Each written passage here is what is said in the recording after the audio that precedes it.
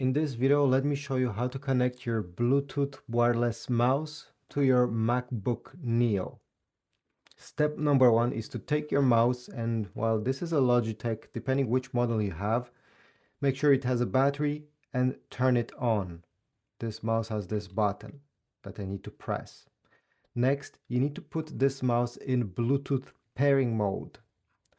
For this model, as you see, the power button is also the Bluetooth pairing mode button. So I have to keep it pressed until the light over here blinks. Here you go, it blinks. Your mouse may have another light over here, so check this out.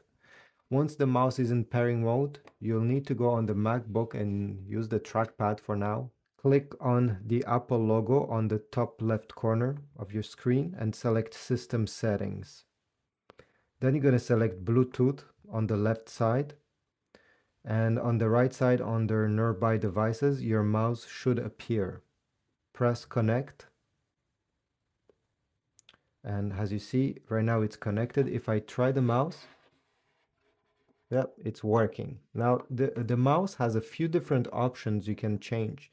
If you go on the left side menu down, you scroll down, one of the options should be mouse. Tap on mouse, and from here you'll be able to change the tracking speed, so how fast this cursor is moving, and different options that you can also change over there.